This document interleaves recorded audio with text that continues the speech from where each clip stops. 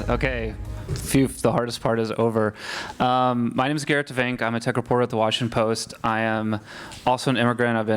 I'm from Canada. I've been on H-1B. I've been on L-1B. I've been on O-1. I'm on a green card now because I convinced an American to marry me, and it's very good. Hope to be a citizen one day. So yeah, I've also lived some of this and can empathize with anyone who's in that situation.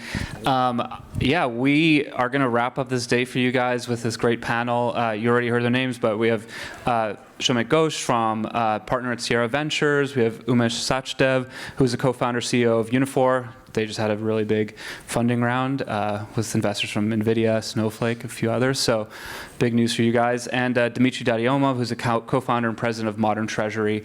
And yeah, I mean, the title here is the U.S. still the #1 place to build a startup? I mean, we were joking earlier that you know, there's probably a little bit of a selection bias since all of us in this room are here in the U.S. and all of these guys are building in the U.S.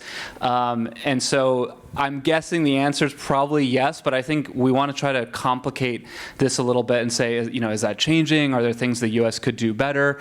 And but maybe to just start it off, if Umesh, if I could ask you about your own story and you know why you've chosen to build in the U.S. and you know in terms of you know why you think it's been that place for you, you know, over the many years of building your company. Yeah, it's great to be here. Look, I was born and raised in India. I studied in India. I founded my company in India. It was a university incubation project.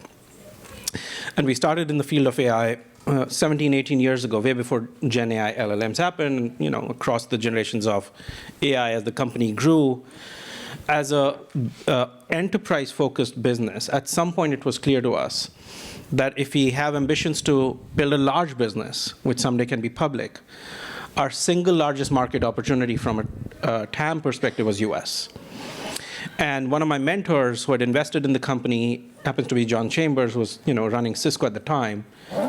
And he said, if US is going to be your #1 market opportunity, you as the CEO have to be closer to your customers. You have to understand the market. You cannot outsource it to another leader in the company.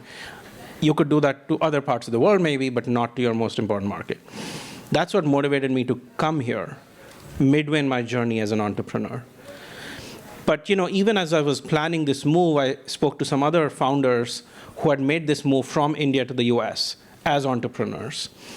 And I think the common theme I kept hearing was, we should have done this earlier, we should have done this earlier. And funny enough, 6 months after I came, a VC friend of mine called me from India and said, how's it going? And I said, I should have done this earlier. So I guess we'll talk throughout this panel about why I was saying that, but that's the whole point. Dimitri, when you were, I mean, your company is very international. You help people move money around the world, and I know that there's been some companies actually. I'm thinking about TransferWise now called Wise. I think is an Estonian company. I mean, I don't know how similar they are to you, but that was a company I think has been a very successful company from outside the U.S. and running a very international business. I mean, is this still the right place to do that? And how did you think about where you wanted to spend your time and place your employees as you were building your company? So I'm Dimitri. Thanks for joining. So my co-founders and I were here in the U.S. So in some ways we didn't make a conscious choice. I'd grown up in Israel, but really we were working together already in San Francisco when we started the company. I think maybe the angle that I would take on this question is really that when you think about when you're starting a company, obviously like in the beginning there's nothing, there's no team, there's no product, there's no first customer, there's no investor, and so you have to build sort of the beginning, like the cell that kind of everything starts growing from. And in some ways, like in some ways, I think maybe it doesn't matter so much where you are. It's wherever you have the best network, the best co-founder, friends, et cetera, that you can kind of build around. But when it comes time to actually scale the company up, and really that's, every company, that's a different answer for when that moment is. Maybe it's the first customer, maybe it's, 10 employees, it's a seed round. This is the place that knows how to build companies in that run up from that seed stage to, eventually public at the end of the day, right? And so I just don't think that there is any place in the world that has that level of talent, advisors, vendors, et cetera, that you can rely on to kind of build that up. So I think that where do you start the company, sort of, in some ways, I don't know how much of a conscious choice that is, and I think for a lot of people, it's the right answer is just like, where is your network, and like, where are you going to find those first few people that are going to like believe in you? That's a very difficult thing, obviously, and it's one of those things that, like, the fact that maybe you went to school with somebody is actually a better predictor of them sticking around when things get tough than that they somehow are like better qualified for the actual nature of the work, right? And so I would say that once you've created that first bit that you have a customer that's using a product and something is real, and you're now talking about like your product, there's a transition as CEO, and you go from your product is the product to your product is actually the company, and at that point, I think it's very hard to justify sort of not at least spending a lot of time here. It depends on the business, obviously, but. So I think I'll piggyback off of both of what they said, and so I'm the least useful person on the panel because I'm a VC versus they're actually building companies that are employing people. But I would say one of the most interesting things is one, like I think definitely stage of company does matter. For example, you could start in India, you could start in SF, but at some point, what we see with most companies is when they're building the go-to-market, they kind of want to build in the U.S. Still, there's a lot of customers here. Also, not only that, it's like the conferences that are being held and stuff like that. You get companies from all over coming here, and so it just makes the sales cycle a little bit easier when that go-to-market team is being staffed up.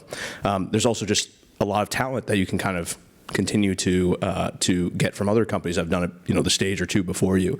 The other thing I would say is like we had a company based in France, right? And the founder started there, was doing great, right? But kind of was in this stage of like it was going to okay and not be one of the outcomes that the two of them are building up here. And the founder had a choice, right? It was like stay in France and continue building, or move to SF. He moved to SF. 3 months later, he got acquired by a public company. That happened because once he was here, we were able to just start having dinners with him next to different folks and things like that. He met the CPO of a public company. They started chatting about AI and what things were happening, and boom, all of a sudden, that was a life-changing outcome for him.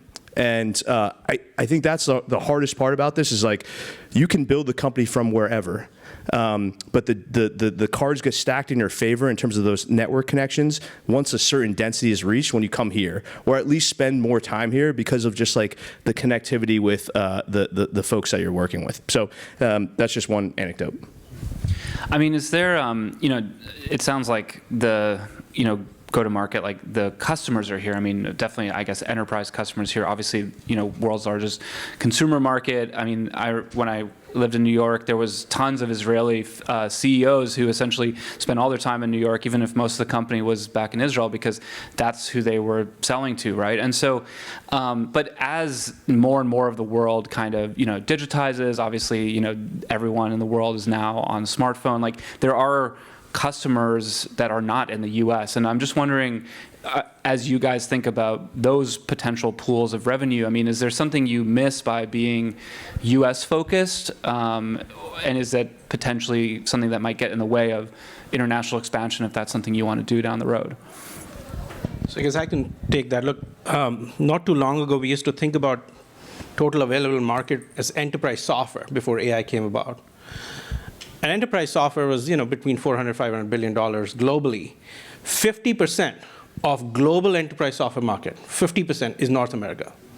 And 50% is rest of the world put together, Europe, Asia, Middle East, LATAM, and so on and so forth. So, first of all, if you think about a global scale company, the number one market for most enterprise software was US. When it comes to enterprise AI, and we're not talking about consumer yet, when it comes to enterprise AI, the ratio today is much starker in favor of US. The adoption of Gen AI, agentic AI, is very different in the US than Europe or Asia. And so we have customers in 20 different countries, but 65% of our revenue is US. And I think that kind of says to the proportion of how AI spends are happening around the globe. So for starters, that's more important. But I think we should also level this up with not just customers. There's a whole ecosystem of which US is a dominant part of. Like you know, predicated this with my financing round. We raised the Series F. And of course, we had VCs. This is pretty late stage for us. We've now raised $850 million. But there are 4 strategic investors who joined this round, and those were NVIDIA, AMD, Snowflake, and Databricks. And the ability to network with a Jensen or a Lisa or Ali or Sridhar only exists here in the US. And unless people are slow to connect the dots, Jensen, Lisa, Sridhar, and Ali, those 4 CEOs are also immigrants. And I think that's the whole power of the— They're also all the drive away. But there you go. So the whole ecosystem of talent, customers, investors, people who've been there, done that, who are willing to share their lessons learned from the field, like John Chambers is for me, that's the speciality of US. And that's hard to replicate. I'll just add one statement. Out of all the companies that I've seen that we backed in, all across Europe, Israel, even Latin America, all of them have eventually had the main go-to-market in the US at some level of scale. Not a single one. And they've all tried it. Like there's a company called Sneak, which tried to build it in Israel. It did not work. And they moved to, in Boston, and things took off, right? But importantly, R&D is actually still in Israel. Or not importantly, but like they just chose, it's still in Israel. We have another R&D team that's still in Brazil, right? So there is something to be said for like some of that early team, and some of that scaling and stuff can happen in your local geography, especially when you just have like the universities, the companies that you want to recruit from, like and those connections. You can actually build the R&D function quite quickly. But when it comes to the go-to-market, it is really, really hard if you don't build something here, and I just haven't seen that across, I guess now 10 years of investing. So, I think today there's probably been a lot of conversation around visas and immigration, and I think we've all, whether personally or within companies that we're working with, run into those issues. But like beyond that, and we can talk a little bit about that, but I do want to push it a little bit further, since I presume this has already been a topic today. Like, where could the U.S. do better?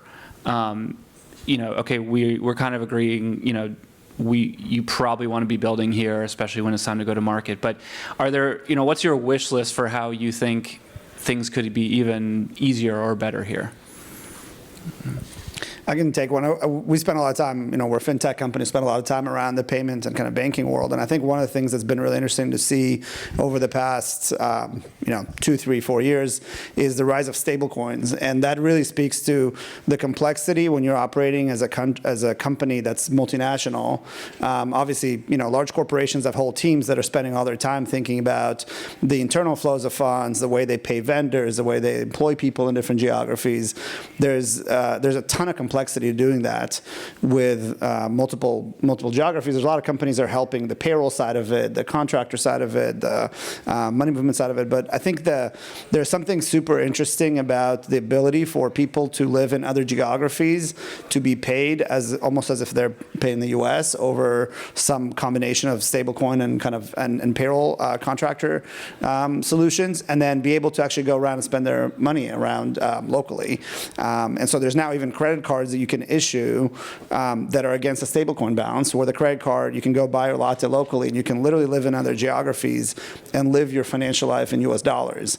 And for the founder side of things, it's just all this overhead that you had to kind of consider every time you add somebody in a new geography like that. The bar is so much higher for like that extra person. And when you were really small, it all sort of falls on you because as the founder, you were kind of doing everything. As you get bigger, maybe that's, you're not actually like literally doing these things, but it's still cost and complexity and risk and so on. So I think there's a lot more to build there, but I think that the operating cadence and the tooling and the financial tooling around building a company that is multinational, it's pretty insane that you can actually be a multinational 5-person company. I don't think that was possible very much like 25 years ago, but it's pretty normal now. Well, I would say, look, the real answer to what could we be doing better is best served if you think about the fact that we're in a race, and especially with AI, the field of AI. US is running a very close race with one major competitor called China. And, we all think of China as this communist government and societal principle, but they have this nuance where their regulatory architecture is completely lopsided to what we have here in the US. And I think there's an opportunity for us to do better there. Like whether it was EVs or fintechs or edtechs and now AI, China under-regulates the early stages of those market formations, allows a lot of competition to emerge, allows national champions to emerge, and then China at a much later stage, at higher scale, starts to exert regulatory pressure on those markets. If you think about what happens in the US, it's completely the opposite, especially companies in California. Like right now, every single state in the US wants to regulate AI. So even before the market has been created or competitors have emerged, we want to regulate those areas early on. And when we become super big in the US, then we have enough opportunity for regulatory capture and have our own way. So there's a complete lopsidedness of regulatory architecture between US and China. If you think we're in the race with China, we got to let the early stages of those markets evolve frictionless. The second area is attracting talent. Nobody has monopoly on global talent pools. And AI talent and any industry that we're working in exists globally, not just in Silicon Valley. This might be the mecca, but the talent exists everywhere. And we have to be that magnet that attracts talent. This panel and every panel since morning is an example that US so far has been successful in doing that. But I think we are just working too hard right now to let our adversary have that advantage. Because if I'm studying AI right now in Thailand or Cambodia, it's much easier for me to have opportunities in China than US. And we have to think very carefully about that opportunity. So those will be the two areas for me that we have an opportunity to do better. Do you have anything to add to that? Yeah. No. I mean, I want to come back to the China question, but first, I want to ask about AI as a tool to build software and whether that changes things. I mean, I think a big reason people want to build here is the talent, the engineering talent, the people. You can hire people who have context. You ask them to build something, they know how to do that. And one of the big promises of AI is that it maybe democratizes the ability to do some of these things that have been very technical and maybe difficult to learn how to do. And whether we're there or not, you can have a conversation. But I think most people in the industry feel that these tools will get better and better and better, and more people without a technical background will be able to participate in the creation of software and complex technical products. And I'm wondering, does that mean that it's suddenly easier to build a startup somewhere else, or does it concentrate even more in the US because this is where we maybe have a head start in learning how to use those tools? What do you guys think about that? Well, I guess I'll start. It's top of mind actually because I guess like a large mobility company technical leader, I was chatting with them, and I was just like, hey, Cloud Code, Cursor, Codex, you have all these engineering tools. Life must be good, right? Great, engineers are productive, everything's great. And I was just like, so how are you kind of tracking metrics and efficiency and productivity? It's really interesting. They basically were just like, all the traditional stuff that we used to look at basically are kind of broken. Because they used to look at essentially code submitted or passed, right? And then they would look at the bugs that would be in each of those code blocks, right? And what's interesting is that level hasn't actually changed, but the amount of code has dramatically changed. It's exploded. And so what you actually have is this is the Andre Karpathy AI slop sort of type of thing, right? Which is if there's a bunch of code being pushed, but the bugs aren't shrinking, then that means there's actually more to do. And so hopefully the tooling over time will get better and we'll change it. But like right now we're in this weird kind of thing where it's like, it feels really great because you're able to ship more code. It's still kind of unclear if that is better code or not. But for like, well, and this is, I'd actually be curious on what you guys see, but like, it seems like for the most senior engineers in the org, like it truly is like, they are, 20x, 100x engineers now. They're doing, but that's really the question. So like, I think to this point, it's like, you're going to learn the tools. I think that's what's great here is like everyone's just experimenting and learning and playing around with these tools. And I do think that will lead to a general kind of head start, even just the way that the pace of things are moving. But we also have this weird dynamic where we're not quite sure yet what the productivity actually is, although it's not measurable, but it's like there, and then we're trying to figure that out. But I don't know. I'm curious, like if you guys have some like. Yeah, I mean, I think I don't know whether it's easy to measure or not. It's clearly there as like a productivity boost. I don't think there's any question that it's easier to write bigger things faster. It probably does empower somebody who's more senior more than somebody who's kind of like learning how to code still. But I think that what it kind of makes me think is when we're talking about the presence of go-to-market being something that you all of a sudden need to build in the U.S. for companies that are abroad, it becomes almost, I feel like AI kind of, in some ways, makes that even more important because in some ways, especially if you're building something that's an application that isn't technically like a breakthrough necessarily, it's just like you know how to build like an application that is more of a product innovation or something like that, but it's not necessarily a technical innovation. It's easier to build. And so therefore, the edge between startups that are doing the same thing is going to be more in other places. It's going to be more around go-to-market. It's going to be more about brand and the trust that companies can build with their customers and things like that. So I think it's a super interesting thing. You can almost think about like a spectrum of companies where, if you're innovating on some sort of pharmaceutical drug, it doesn't matter where you invented it. It's a very difficult thing to do, and it's kind of this like discovery element. I don't think most SaaS products can be described as discovery, really, right? It's sort of you outline what you think you're going to build. You're going to go build it. You can have people who are more experienced or less experienced, kind of attempting to build it.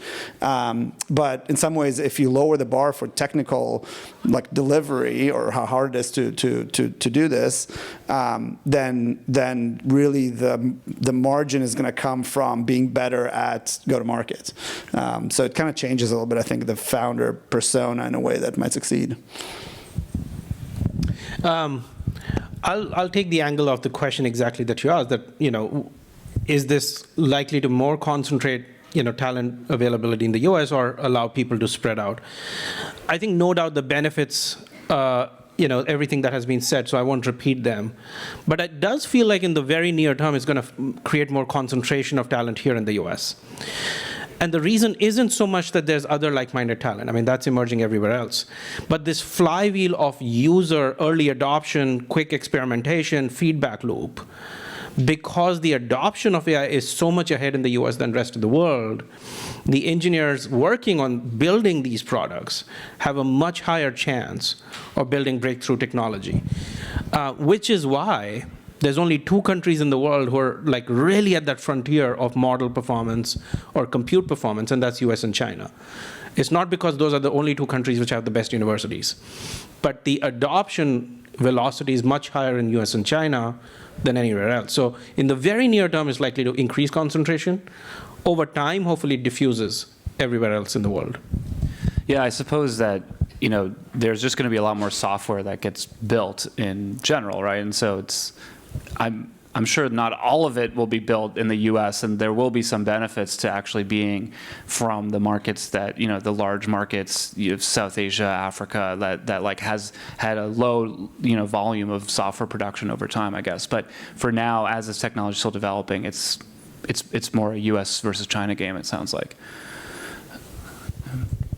Yeah, but I think U.S. China from a lot of like model, the frontier model development, and then the learnings that come from that frontier model. I do think, like, for example, like we were talking about stablecoins. Like, in fact, like Africa has some really unique, like I think yellow card or something like that. But some of these stablecoin backed cards actually had their first applications in Africa. So I do think there are, like, just like kind of like one of the interesting things is, like, super apps have not really worked in the U.S., but they've worked in China and India and other locations, and that's just because, like, you jumped the adoption curve so that you were starting with, like, a new primitive of mobile, and so you didn't have to go through all the desktop and the and cloud and all these different transitions, and that's kind of interesting to think about from the AI perspective, like, who might be able to jump right now. The difference is, though, I think the frontier is still in these two countries, but ChatGPT is accessible everywhere. Claude is accessible everywhere, and so that's like a second order effect I think happens. But the question is when, and yeah, I think for now it's probably still here. But I think something to think about is, as the bar to create an application that works for something like comes down in a way because AI gives you the superpowers that it does, you can start building more niche things that before maybe didn't make sense economically, like didn't make sense to actually go build that. And like a funny fact that I was kind of thinking about, I remember from reading something, but it's like that when Netscape went public, Netscape had 50 million users, and that was like 90% of people on the internet. It was like 55 million people on the internet, and like now 50 million users, it's a lot, but there's a lot of companies with 50 million users, and so like you can as kind of progress happens, like you get more niche-y feeling things, and then kind of that the saying that niches make riches. Like you can start building these applications that before you would just have to have too much talent to make it worthwhile for the opportunity, and now like AI kind of opens it up. I mean, I think if we sort of cast it into the future, I mean, something that we were discussing before is, there is this big geopolitical race between, the U.S. and China to build the best models, to figure out the places where, things work with consumers, what people are willing to pay for, how to make it cheaper, how to bring down, increase the efficiency, bring down the costs. And, we have seen in, other, maybe if you are a solar panel engineer, the best place to be has been China over the last 10 years, and I think that's not necessarily true when it comes to software or even AI at this point. But I'm wondering if we do cast it well into the future, I mean, how does this sort of geopolitical race to dominate, I guess, this next wave of technology play out? And will it change, the premise of this panel that maybe the U.S. is no longer the best place to build? Umesh?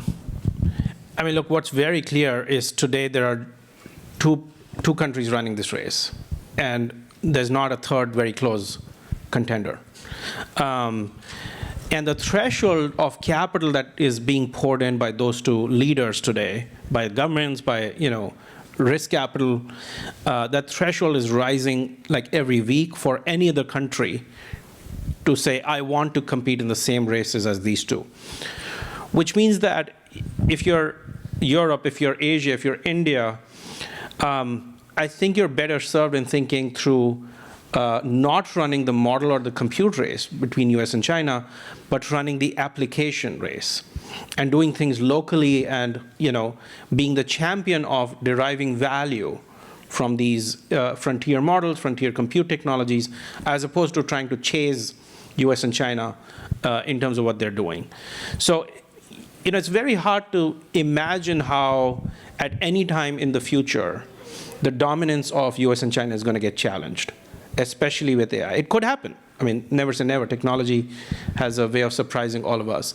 But given what we know today and the trends that are emerging, US and China are going to be very, very important players in the world. Now, the good news is, look, when I do business in Europe, I get this question very vocally from European top leaders, that what guarantees US not using AI in the future as a tariff tool, and therefore we need sovereign AI, all right?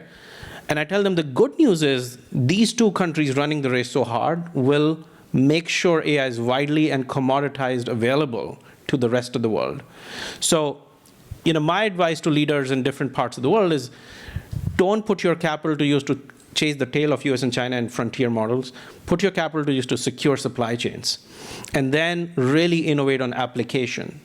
And those are the opportunities that LATAM or America or Africa or parts of Europe or Asia will have when two countries are just, investing that capital, investing that resource to build the frontier technology needed. So it's, that also suggests that we're not necessarily going to have a situation where we all need to, move our businesses to China, because that, it's hard to even imagine how that would work. I don't necessarily think that is as easy Well, sure, as we'll be it's welcome done, but there. I don't know. Yeah. Will we be welcome there? Exactly. Yeah. Right. I mean, and like I have seen, there's been some new visa schemes from the Chinese government, but I think they're quite limited. I mean, regardless of all the problems we have here, and obviously the rising xenophobia in America, and issues like that, like it's still, at the end of the day, it's easier to come here than almost Well, anywhere and else. not just to show up, but also like I think if the real question is like, can you build a company and be a leading sort of tech company in a given geography? If you're starting not from the U.S. or China, if you're starting in any other country, the question around like, would you be welcome, and would you actually be allowed, and would your company become kind of the leading light of that industry in China? Like, let's wait to see what like that actually happened. I mean, if you could not build a company in the U.S. right now, I mean, like, are there other jurisdictions that you would say are maybe like next up? Like, is it EU, UK, Canada? Like, are there any wild cards? Like, what are the other places you think are actually doing a good job of maybe trying to improve their competitiveness on this issue? Well, I'll say specific to AI, ironically, France has the most nuclear power. And power is one of the biggest gating factors right now to scaling what we're trying to do. Now, I do think that will be, China is certainly fixing that quite rapidly. But I think also the U.S., I would not bet against the U.S. figuring that out. But that being said, like France actually does. Now, there are still a lot of regulations in France that, like labor laws in terms of letting folks go if it's not working out on your team and stuff that are kind of make it quite challenging to scale a company there. But that being said, they have a lot of the building blocks in place to enable advancements happening in AI, and we've met a lot of really amazing AI researchers in the area. So that's specific to AI, but yeah.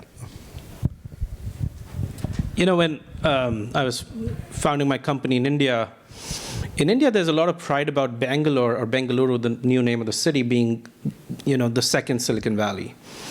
You go to Germany, they feel like Berlin is another Silicon Valley. I think even Texas feels like Austin is another Silicon Valley. I think everyone's wrong. There's only one Silicon Valley, and it's for a reason, and it's here. So if I have 3 shots at this, I will try all 3 shots at trying to build my company in the US. If I fail to do that, then maybe it's somewhere else. Yes, I mean, when you mentioned talking to European leaders, and you mentioned France as well. I mean, I feel like the AI boom has already, cracked open some of the, like, the EU has already scaled back some of its AI regulation, that they had been developing for many years before ChatGPT became this consumer sensation, and now they're like, okay, well, we got to like pull things back a little bit. And the UK government also, I think, at least in terms of the rhetorical level, has really tried to position itself as like very forward on AI. And so, yeah, I mean, like, I know the meme here is that, the European mind can't, actually get over itself to build and, grow. But I'm wondering, like, do you think that that's changing as Europe sort of finds itself in a situation where it is the US versus China, and Europe is kind of like, a little bit lost in the middle and reckoning with this new position in the world? I mean, do you think that there could be opportunities for them to get a bit more scrappier, or like, or maybe a better question is, what are those conversations like that you guys are having when you talk to European companies, talk to European leaders? Well, 24 hours ago, I was speaking to about 300 leaders of a major telecom player.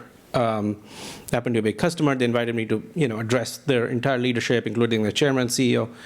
And the charter given to me was, encourage people to move faster on agentic AI. That is real, share stories from Silicon Valley, case studies from the US, so that, the whole team can feel inspired. And it's very telling that, there were lots of questions from the audience. I was remote on a big screen to their entire leadership team. And one of the questions asked to me from somebody in the group was, but isn't AI going to increase carbon footprint and energy consumption? And there in itself, and the question in itself is hidden, to your point, it's cultural. That Europe needs to be a lot more, feeling the urgency and hustling if they want to compete. But it doesn't feel like that's the case right now. And if Europe has to be a player in AI, which the world needs a third player outside of US and China, they need to get out of their old habits and run the race like US and China are running. For example, we hear this from David Sachs officially. The reason we shouldn't put too much regulation in the US, his argument is because, look, China's not doing it. And we have to run the race with China, so we shouldn't over-regulate our companies. That's coming out of the White House. But whereas Europe is worried about, let's put regulation first, let's protect our citizens first, let's worry about the environment first, all extremely important topics, not to be belittled. But are they the first things to discuss in Europe? I'm not sure. It's interesting because I think this goes back to kind of what we were talking about, like also the phase of the company to a certain extent. Today, just before this, I talked with a team that had one co-founder in London and one co-founder in Germany. Now, they had very impressive customers. All of those customers were in the U.S. They also happen to, they're doing something in AI, and they happen to have a lot of the AI labs are obviously here, right? And so I think this goes back to like we are excited to do it. By the way, like for a seed round, right? They want to raise like $10 million. That is not a small round. That is quite a large round. That is still competitive and will likely happen with them building in Europe.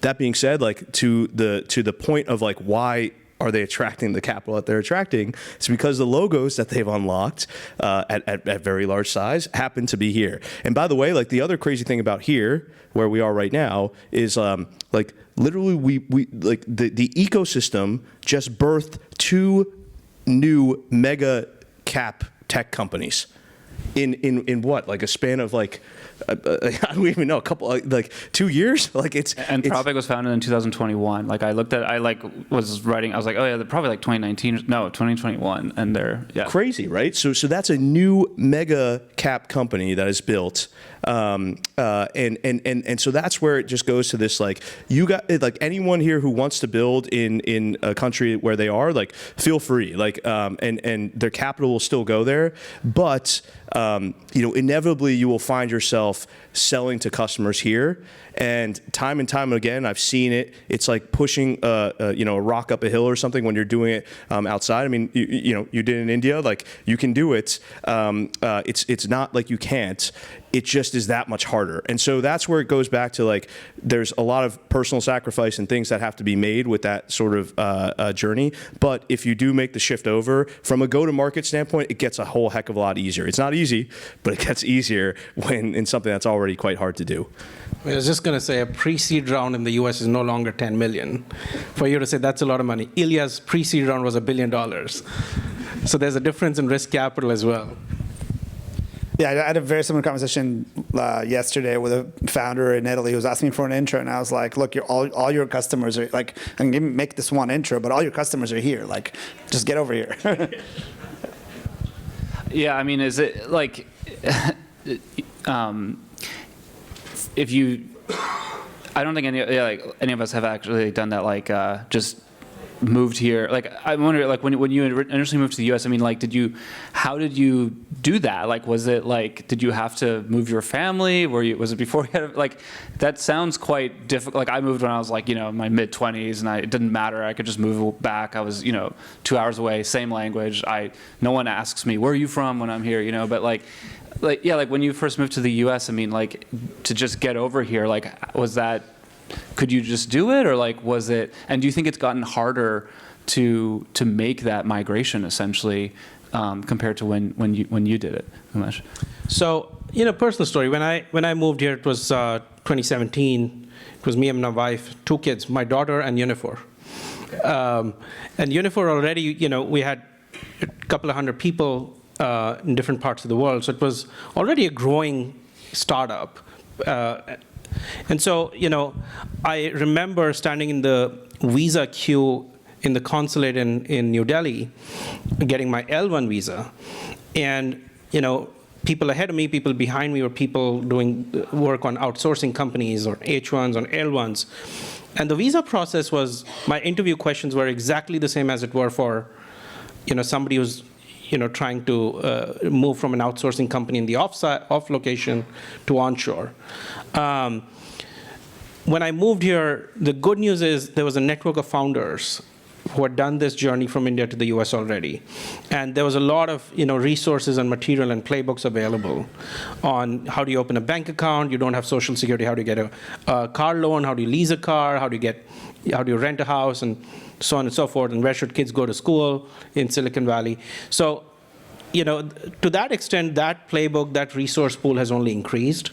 There are many communities now, not just US, India, but in general, for immigrant founders to come in and feel welcomed. In terms of the immigration process, I think there's a lot of media attention right now on immigration and the current administration policies, as it should be, because changes are being done. From my vantage point, it wasn't like in 2017, it was like dramatically easier. It still took me months to get my L1. It still took me years to get my green card. And I still used to get those RFE requests that the information submitted is not enough or accurate. So I think that despite the media scrutiny, I don't think we made it dramatically harder today. That we need to make leaps and bounds of improvement to attract more talent is true. But I wouldn't say that we are today much worse than we were a decade ago. Well, I think we're pretty much done. So yeah, I really thank you for ending on that personal story. But yeah, thank you all for participating, and thank you to you guys. Yeah.